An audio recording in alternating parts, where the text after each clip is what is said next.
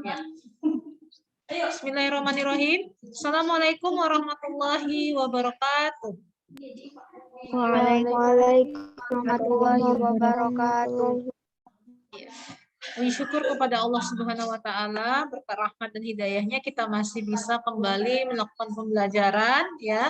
Ini adalah pembelajaran kita, pertemuan kita yang ke-7 atau ke-8 ya, Nak ya? Keberapa? Ke-7 ya, kalau nggak salah ya. 7 kayaknya. Ya, kalau ke-7 ya, jadi alhamdulillah kita masih diberikan kesehatan sehingga bisa melakukan pembelajaran kita ya pada pertemuan kita yang ke-7 ini. Ya, baik, karena di minggu lalu kalian itu tidak belajar ini ya live teaching, tidak mengikuti pembelajaran secara live teaching, saya hanya upload materi dan kuis di psikologi. Jadi materi kita tetap sama pembahasannya ini dengan materi di minggu lalu yang sudah saya upload di psikologi. Jadi hanya sekarang ini saya hanya mereview kembali ataupun menjelaskan materi-materi, karena mengingat juga minggu depan kalian sudah melaksanakan ujian mid semester ya, Nak, semester ganjil tahun pelajaran 2021-2022. Ya, mudah-mudahan materi ini nanti ya masuk ke dalam soal-soal ujian, kalian bisa menjawab dengan baik. Baik, saya share dulu ya materinya.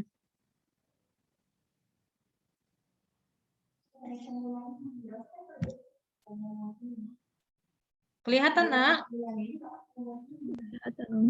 Iya. Oke, sebelum memulai pembelajaran, ada baiknya kita berdoa terlebih dahulu. Doa dimulai.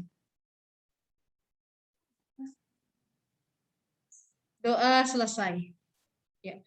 Nah, ini masih pada bab yang sama ya, tentang demokrasi. Kita sudah bahas tentang makna demokrasi ya, ataupun hakikat daripada demokrasi, dan pada materi ini ya, submateri masih di bagian demokrasi, yaitu membahas tentang dinamika demokrasi Pancasila.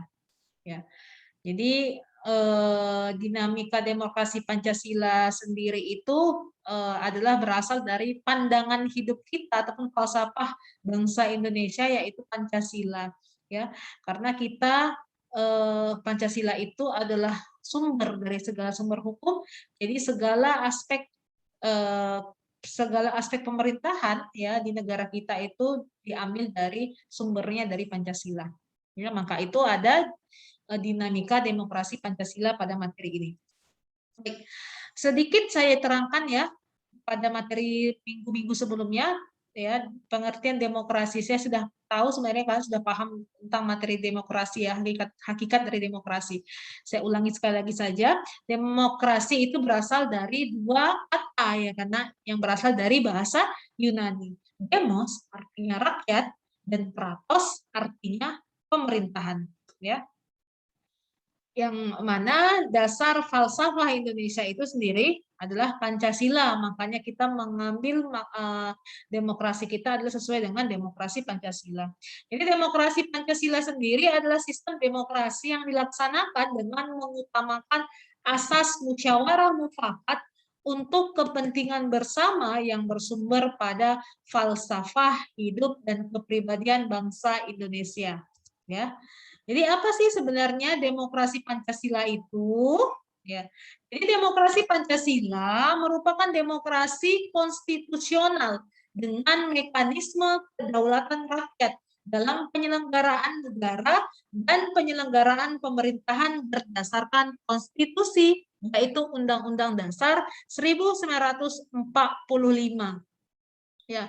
Jadi dalam dalam konsepnya sebenarnya, nah, demokrasi Pancasila ini itu tercantum dalam sila keempat. Jadi yang mana sih sebenarnya dikatakan demokrasi Pancasila?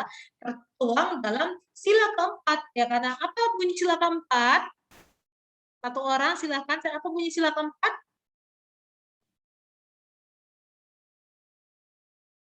Sila keempat. Halo, kelas 11. Kerakyatan yang dipimpin oleh hikmat kebijaksanaan dalam musyawaratan.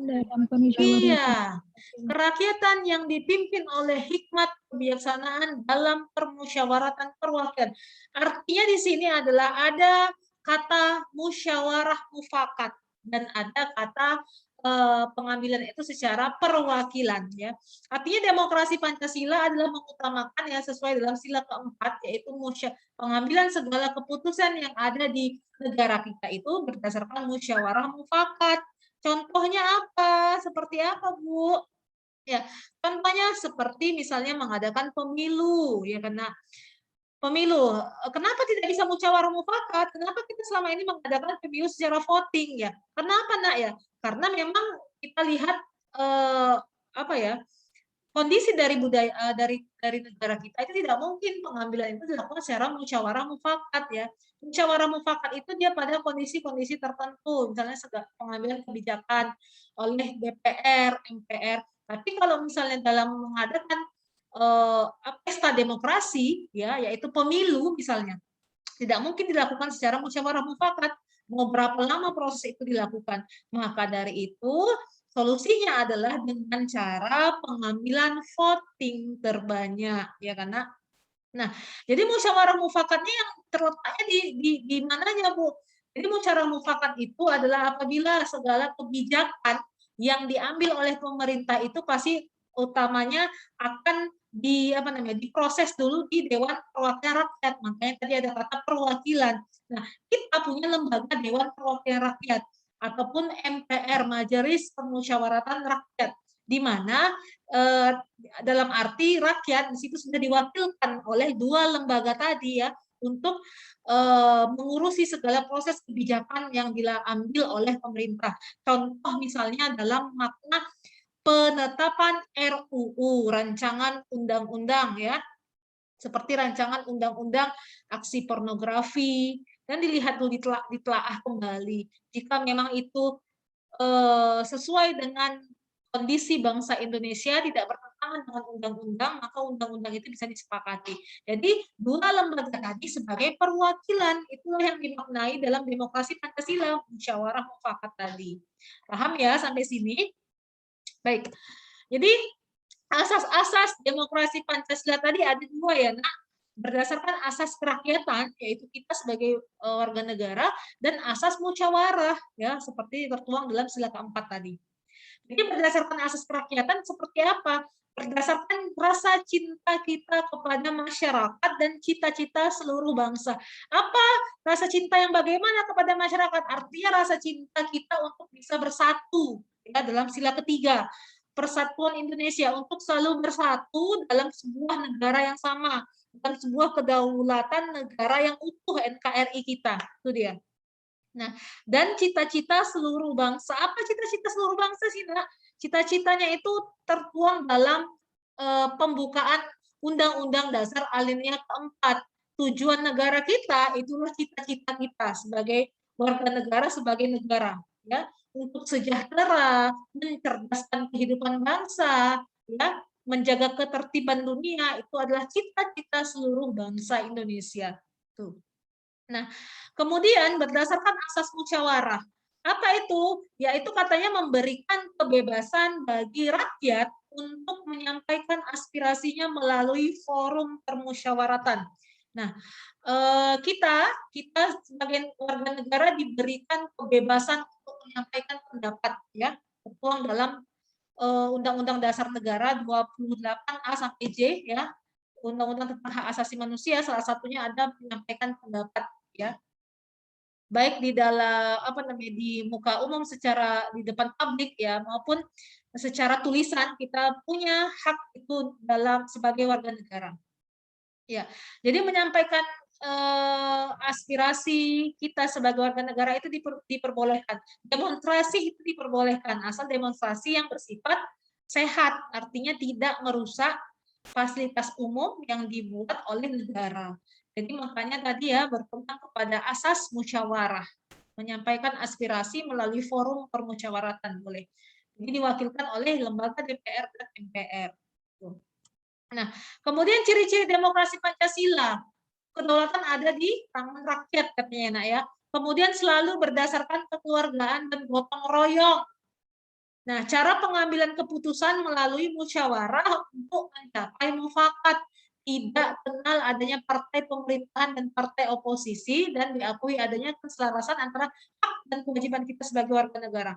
Jadi kalau dilihat ya nak, ciri-ciri demokrasi Pancasila ini semuanya ini dia mengutamakan asas kepentingan rakyat. Artinya dia sejalan dengan kebijakan apa namanya pemerintahan kita dari rakyat, oleh rakyat dan untuk rakyat. Semuanya lagi kembali lagi untuk kebijakan yang diambil sebenarnya kebijakan untuk mensejahterakan rakyat, seperti itu dia. Nah, tapi kembali lagi ya kita lihat implementasinya apakah memang sudah sesuai atau belum. Nah, itu menjadi tanda tanya besar sebenarnya. Sama seperti misalnya diakuinya adanya keselarasan antara hak dan kewajiban. Ya, secara teori di Undang-Undang Dasar hak dan kewajiban kita memang sudah sangat diatur dengan apik, dengan sangat baik ya. Tetapi aplikasinya apakah memang hak-hak kita sebagai warga negara sudah dijamin? Nah, itu kita lihat sendiri ya, karena masih banyak misalnya apa ya, kegaduhan di mana-mana, ketentraman tidak terjamin, masih ada anak yang putus sekolah ya kan. Jadi masih banyak sebenarnya yang menjadi PR dari negara kita khususnya pemerintah untuk membenahi demokrasi Pancasila ini. Oke. Jadi fungsi dan tujuan demokrasi Pancasila. Fungsi dan tujuan demokrasi Pancasila yaitu untuk mengambil keputusan bagaimana bangsa Indonesia ini menyesuaikan hidup dan sikap berdemokrasi yang seharusnya, serta menjadikan seluruh tertata tanpa lewat batas norma kesopanan. Artinya tanpa melewati batas-batas norma kesopanan, karena kita bangsa ketimuran, ya, bukan bangsa ke barat-baratan. Timur artinya kita menjunjung tinggi adanya nilai-nilai dan norma, ya, norma yang diatur, baik secara norma agama, ya, kesopanan secara sosial maupun secara rohani. Jadi semuanya itu diatur. Bahkan untuk masalah pakaian sekalipun kita diatur ya kan. Kalau misalnya kita lihat di tengah masyarakat, walaupun mungkin bagi kita negara majemuk ada yang muslim, ada yang non muslim yang tanpa menutup aurat, tetapi untuk masalah busana jika ada yang terlalu terbuka, kita akan agak risih kalau untuk di negara kita melihatnya ya. Walaupun banyak memang di negara kita ya, kalau mungkin di kota-kota besar kita lihat di Bali yang terbuka, tapi masih menyesuaikan kondisi daerah tempat dia tinggal. Itulah kalau aku adat ketimuran seperti negara kita. Jadi dalam segala keputusan pengambilan kebijakan itu disesuaikan dengan nilai-nilai Pancasila dan tertata dengan norma dan nilai-nilai kita, ya, nilai-nilai bangsa kita. Oke. Jadi tujuan dari demokrasi itu sendiri memberi kebebasan dalam berpendapat dan berekspresi, ya. Artinya kita boleh demonstrasi tidak dilarang. Itu kenapa tapi kita lihat kalau di televisi misalnya di media massa ada demonstrasi tapi dihalangi oleh kepolisian. Nah, kita lihat lagi demonstrasinya seperti apa. Kalau demonstrasi yang merusak fasilitas umum tentu pasti dilarang. Tapi kalau demonstrasi yang dia hanya orasi biasa, menyampaikan aspirasi masyarakat biasa, itu kepolisian, pemerintah tidak boleh melarang. Kalau misalnya melarang berarti pemerintah itu merenggut hak asasi manusia dalam segi itulah kebebasan berpendapat tadi. Ya. Yang kedua, mencegah perselisihan antar kelompok. Ini baik secara kelompok dalam internal maupun eksternal. Dalam internal misalnya kelompok-kelompok seperti apa ya, internal yang ingin apa ya tidak sepaham dengan pemerintah kan banyak ya, kelompok-kelompok bersenjata di daerah-daerah seperti Aceh, Papua. Jadi dia mencegah perselisihan antar kelompok. Baik misalnya yang mengatasnamakan agama, suku, ya, budaya, ras, tidak boleh.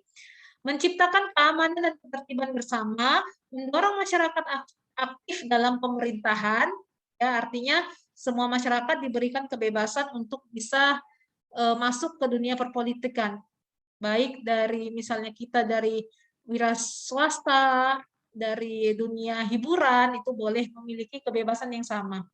Kemudian membatasi kekuasaan pemerintahan, artinya dengan adanya demokrasi Pancasila, pemerintahan di Indonesia ini tidak serta-merta di apa ya, di segala keputusannya itu mutlak dari pemerintah, tidak. Jadi demokrasi Pancasila ini membuka peluang bagi warga negaranya, ya, membuka peluang bagi warga negaranya untuk bisa mengutarakan pendapatnya, mengutarakan aspirasinya. Jadi itu dia. Itu ya, Nak. Nah, jadi contoh penerapan demokrasi Pancasila itu seperti apa? Jadi penerapan nilai-nilai yang terkandung dalam Pancasila ini kita lihat misalnya tengah-tengah lingkungan masyarakat. Kita bisa lihat misalnya gambar seperti ini tuh gambar yang memang diinginkan oleh setiap individu ya, warga negara. Kalau tidak ada yang ingin tentram berarti itu dikhawatirkan psikolognya. Psikologinya seperti apa? Jika misalnya nggak suka dengan hidup rukun, itu berarti memang dia disangsikan tentang mentalnya ya, tentang psikologinya. Jadi yang diinginkan pasti saling menghormati, memberikan toleransi antar umat beragama, rukun dengan tetangga yang berbeda agama, berbuat adil kepada tetangga, tidak membeda-bedakan tetangga. Kalau di lingkungan kalian, pernah nggak kalian lihat perselisihan antar umat beragama atau misalnya antar budaya? Pernah nggak? Belum Pernah? pernah. Belum pernah ya? Iya, kalau di lingkungan kita mudah-mudahan ya, nah, apalagi kalau di Pulau Sumatera, itu toleransinya masih tinggi. Tapi berbeda kalau kita lihat misalnya agak ke apa ya, ke timur atau daerah timur ya, daerah NTT, atau misalnya daerah Ambon, Maluku. Nah, itu biasanya masih kental dengan sukuismenya masih kental, untuk masalah agama juga masih ini gitu ya, nah, masih kurang toleransi. Nah, kalau di Sumatera alhamdulillah kita masih, karena di Sumatera kita lihat suku juga beraneka ragam ya kan. Kita belum pernah melihat orang-orang berselisih karena agama, karena budayanya ya alhamdulillah belum ada. Gitu dia. Jadi masih kita syukurilah bahwasanya penerapan demokrasi Pancasila di tengah-tengah lingkungan masyarakat masih kita lihat terimplementasi dengan baik. Ya. Nah, contoh penerapan demokrasi Pancasila. Ini penerapan nilai-nilai Pancasila dalam lingkungan berbangsa dan bernegara. Seperti apa? Yaitu tertib, taat, dan patuh pada aturan yang berlaku di negara tersebut ya, seperti tertib lalu lintas. Kemudian memelihara dan menjaga lingkungan hidup dari kerusakan ataupun pencemaran lingkungan. Nah, ini tugas kita juga, tugas bersama. Jika ada pemilihan umum, kita harus ikut serta berpartisipasi dalam pemilihan dan turut mensukseskan pemilu. Jadi nggak ada cerita untuk golput sebenarnya. Ya, kalau misalnya memang belum bisa memilih karena belum berusia 17 tahun, belum punya KTP, nggak masalah. Tapi kalau bagi yang sudah bisa, wajib untuk memilih. Karena apa? Karena kita yang istilahnya gini, pilihan kita itu menentukan untuk masa depan kita. Kalau kita misalnya nggak mau memilih, golput, ya akhirnya kita serahkan misalnya amanah ini kepada orang yang tidak bisa memegang amanah, yang rugi siapa? Kita sebagai warga negara. Makanya sebagai warga negara yang baik, kewajiban salah satunya adalah bisa ikut berpartisipasi dalam hal demokrasi itu tadi, pemilihan umum. Kemudian mendukung dan ikut serta mensukseskan program-program pemerintah, ya seperti misalnya program masalah kesehatan, ya kan, masalah program seperti kalian ini, program pendidikan pemerintah, ya kan, wajib belajar 12 tahun. Nah, itu adalah program dari pemerintah. Kemudian melaporkan kepada pihak yang berwajib apabila ada tindak kejahatan atau yang lainnya. Ini salah satu contoh penerapan demokrasi Pancasila. Jadi kalau melihat ada kejahatan, kriminalitas di tengah-tengah lingkungan, melaporkan kepada pihak berwajib berarti salah satu kalian sudah menerapkan nilai-nilai Pancasila dalam lingkungan berbangsa dan bernegara. Nah, contoh pelanggaran demokrasi. Jadi selain itu ya, di tengah-tengah lingkungan kita ini juga sering terjadi yang namanya pelanggaran demokrasi. Seperti apa? Korupsi, ya kan? Kenapa dikatakan pelanggaran demokrasi? Karena pemilihan orang-orang yang duduk ya, yang di atas sana, yang bisa korupsi itu adalah pasti orang-orang yang punya kekuasaan di pemerintahan. Sebelum naik ke pemerintahan tentunya kan mereka melalui proses demokrasi, pemilu kita pilih. Makanya jika mereka di sana di atas ternyata terjadi korupsi, ya melakukan korupsi itu dikatakan mereka itu melakukan pelanggaran demokrasi. Itu dia. Jadi korupsi termasuk pelanggaran dari demokrasi. Yang kedua adalah kegagalan presiden dalam menjalankan kekuasaannya, juga termasuk contoh pelanggaran demokrasi. Kesejahteraan masyarakat yang semakin rendah, ya seperti yang kita lihat sekarang ini, orang semakin susah mencari makan, itu kegagalan pemerintah dalam hal demokrasi. Partai politik tidak menjalankan fungsinya dengan baik, ketidakstabilan pemimpin nasional, separatisme, ya, ada banyak sekarang ya, seperti 1 bulan yang lalu saya lihat media massa ada TNI yang di Sulawesi itu digugur, ditembak oleh sekelompok bersenjata di daerah Papua. Itu gerakan-gerakan separatisme itu adalah salah satu pelanggaran demokrasi. KKN, ya, money politik, pencucian uang, intimidasi. Nah, semua ini adalah pelanggaran demokrasi. Lantas bagaimana solusinya, caranya, seperti apa menangani hal tersebut, ya kan, yang memang sudah kita lihat sering sekali terjadi di mana-mana di wilayah negara kita, ya. Jadi cara mengatasinya adalah dengan yang pertama seluruh pihak bersama-sama menjaga ketertiban dan kelancaran pelaksanaan pilkada. Tuh. Yang kedua, jadi kalau ada yang mau misalnya, makanya sekarang kan lebih diperketat ya, nak. Kalau misalnya ada yang mau mencalonkan diri, biasanya lebih dilihat. Bahkan ada undang-undang peraturan kemarin ya yang melihat kalau dia sudah pernah korupsi, ingin mencalonkan diri lagi dilihat istilahnya rekam jejak riwayatnya seperti apa, supaya apa? Tidak terjadi lagi ya kelakuan korupsi yang dilakukan tadi. Karena korupsi itu dampaknya besar, ya. Karena yang dikorupsikan adalah uang negara yang tadinya mungkin bisa untuk pembangunan jalan tol, jembatan, rumah sakit umum, daerah, itu dikorupsikan. Jadi korupsi itu sebenarnya kejahatan luar biasa ya, extraordinary. Makanya wajib sebagai kita kalau misalnya mau memilih itu dilihat dulu, ini orangnya pernah nggak dikenai kasus korupsi gitu dia. Yang kedua, semua warga saling menghargai pendapat masing-masing supaya tentram, damai ya kan. Jadi nggak seperti zaman di Orde Baru, pemerintahnya itu adalah ini otoriter ya. Jadi sekarang ini nggak bisa lagi seperti itu. Semuanya harus berdasarkan pendapat dari rakyat. Kemudian sosialisasi kepada warga ditingkatkan ya.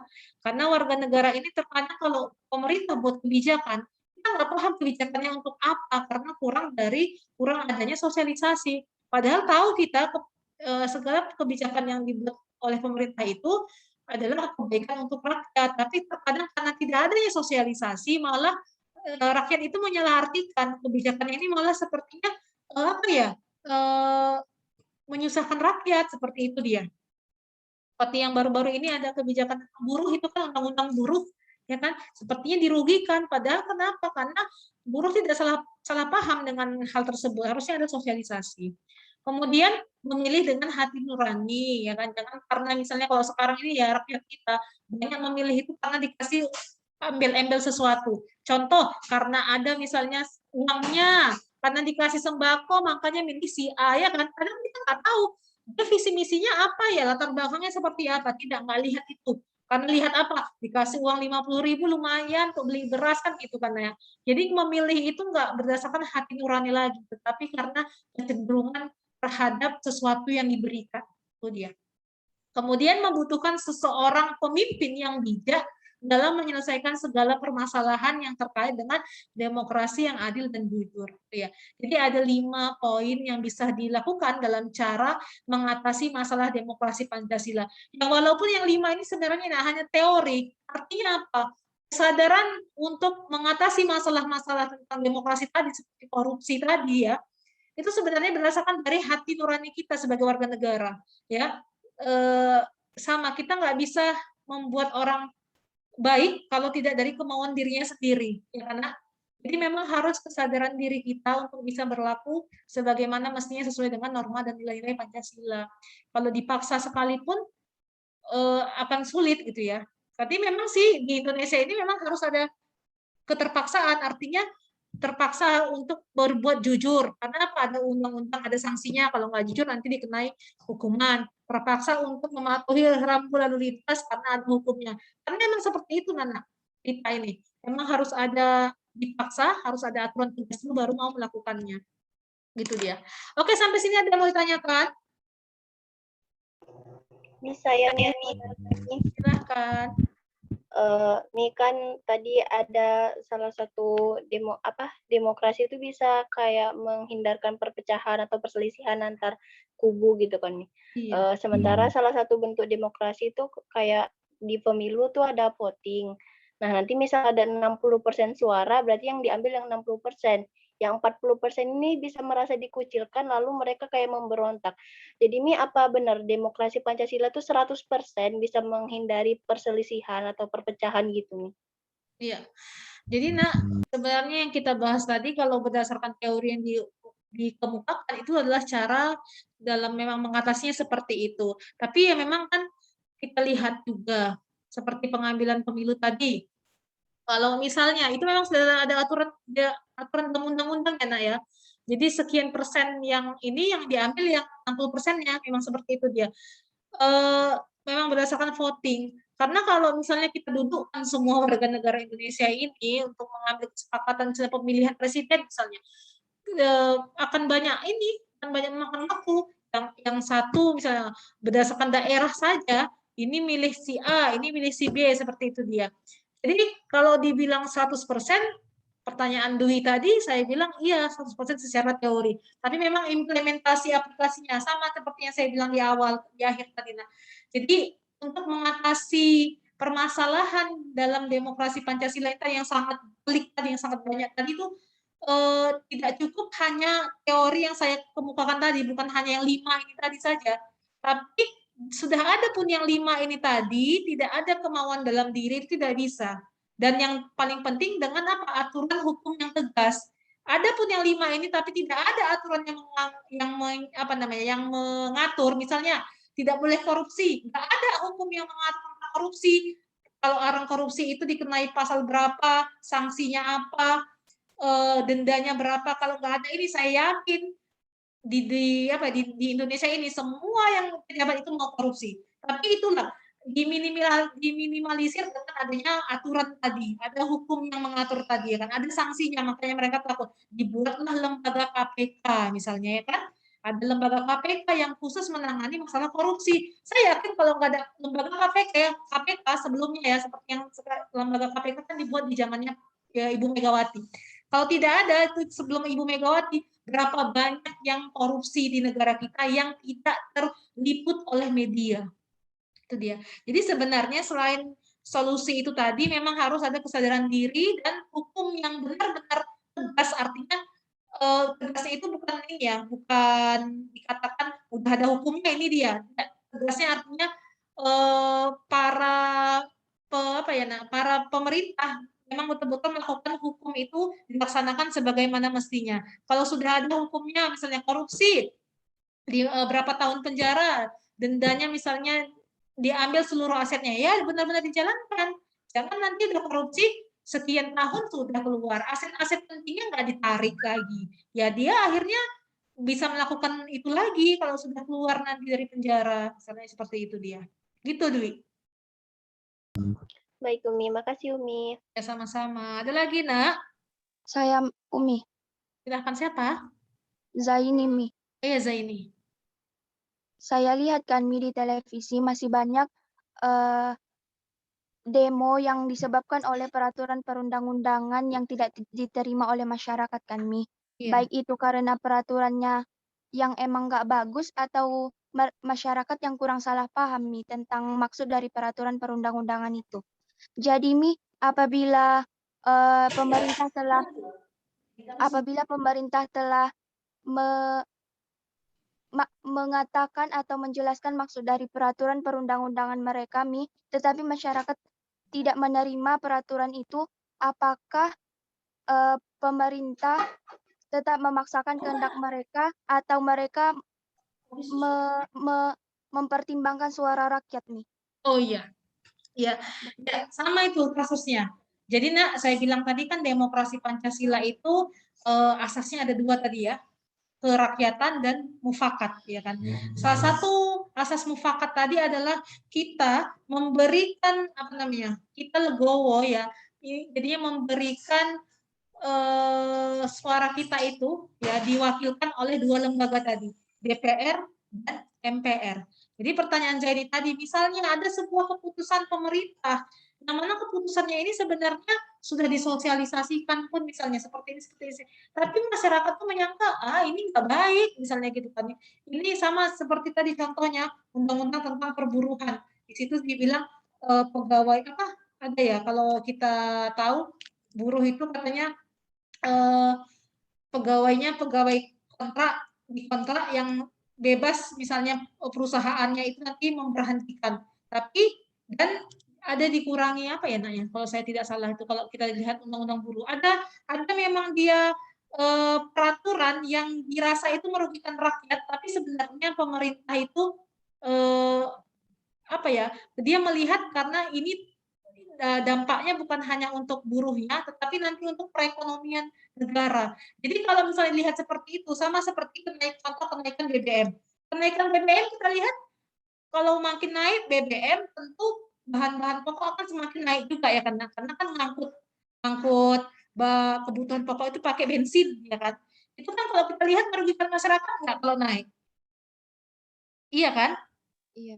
Iya. Nah, tapi kenapa kebijakan itu setelah misalnya udah di ini nggak sepaham dengan pemerintah tapi tetap ditetapkan. Jadi pemerintah itu ada memang dia situasi melihat misalnya situasi urgent dan tidak urgent. Jika misalnya keputusan itu urgent dan tapi rakyat tidak setuju dengan keputusannya, tapi keputusan itu dia urgent artinya berimbas kepada seluruhnya, artinya kenaikan bensin BBM itu berimbas kepada kenaikan BBM dunia. Kalau tidak menyesuaikan akan berimbas susah. Sama penurunan apa namanya? Kenaikan dolar tentunya penurunan bagi kita kalau di ekonomi ya mungkin yang paham ya. Penurunan bagi kita rupiah. Tapi kalau nggak kita lakukan seperti itu, kita nggak ngikuti, kita bisa terjadi inflasi misalnya. Jadi ada memang keputusan yang urgent yang harus memang diambil tanpa adanya keputusan tanpa adanya kesetujuan dari rakyat. Tetapi kalau ada keputusan tidak urgent artinya misalnya apa ya sebuah keputusan yang masih bisa diminimalisir jika tidak dilakukan. Nah itu biasanya dipertimbangkan kembali oleh Dewan Perwakilan Rakyat. Makanya itulah kalau ada pemilihan Dewan Perwakilan Rakyat kita harus bisa melihat betul-betul geografi DPR-nya seperti apa yang bakal jadi calon DPR kita, MPR kita. Karena misi-misinya itu sama nggak dengan visi misi rakyat yang ingin menyejahterakan rakyat. Kalau dia visi misinya tentunya tidak sesuai dengan visi misi yang diinginkan rakyat, jangan dipilih. Makanya betul-betul harus dilihat biografinya seperti apa. Bukan berdasarkan hanya memilih karena dia dikasih ini itu, adalah pilih aja karena berdasarkan tetangga, kan saudara, jangan seperti itu dia. Jadi tadi ya, dilihat dari urgensinya. Kalau dia kepentingan mendesak, dia wajib memang tanpa keputusan rakyat, pemerintah harus ambil keputusan. Kalau misalnya bisa dipertimbangkan kembali, ya tidak terlalu urgent artinya tidak mendesak keputusan itu dilihat lagi kepada solusi dari DPR, MPR seperti apa. Karena mereka kan sebagai Dewan Perwakilan dari Rakyat. Itu dia, Zaini. Baik, Mi. Terima kasih, Mi. Iya. Ada lagi? Kalau tidak ada, berarti saya anggap selesai. Baik, terima kasih kepada seluruh siswa kelas 11 yang berpartisipasi, kepada Dwi, Zaini, terima kasih, Nak. Minggu depan kita mengadakan ujian, ya, selamat ujian. Mudah-mudahan kalian bisa mendapatkan hasil yang maksimal dalam ujian. Saya ingatkan kembali juga untuk khusus kelas 11 ini yang belum menyelesaikan tugas-tugas psikologi, nah harap diselesaikan. Karena kalau kalian tidak menyelesaikan tugas psikologi itu biasanya dianggap tidak hadir. Semua mapel, bukan mapel saya saja, tapi seluruh guru itu memperlakukan hal yang sama. Jadi nilainya kosong pada pertemuan minggu ini misalnya, berarti dia dianggap tidak hadir karena tidak bisa menyelesaikan tugasnya. Karena kita parameternya guru karena kita daring seperti ini, nah tidak bisa mengukur dari yang lain kecuali dari tanggung jawab kalian dalam pengumpulan tugas-tugas. Hanya itulah kami bisa melihatnya. Jadi kalau tidak dikerjakan ya pasti nilainya 0. 0 berarti ya kalian nggak punya nilai. Ya berapa mau dituliskan di rapot. Jadi mumpung ini masih awal bulan pertemuan di semester ganjil ini, masih bulan 8 ya, masuk bulan 9 ini, yang masih tertunda, harap segera disicil tagihan-tagihan nilainya, kuis-kuis yang belum dikerjakan. Itu sih pesan saya. Baik, terima kasih untuk hari ini. Saya akhiri dengan alhamdulillahirrahmanirrahim. Assalamualaikum warahmatullahi wabarakatuh. Waalaikumsalam Waalaikumsalam warahmatullahi wabarakatuh, Mi. Terima Makasih, kasih, Mi. Mi.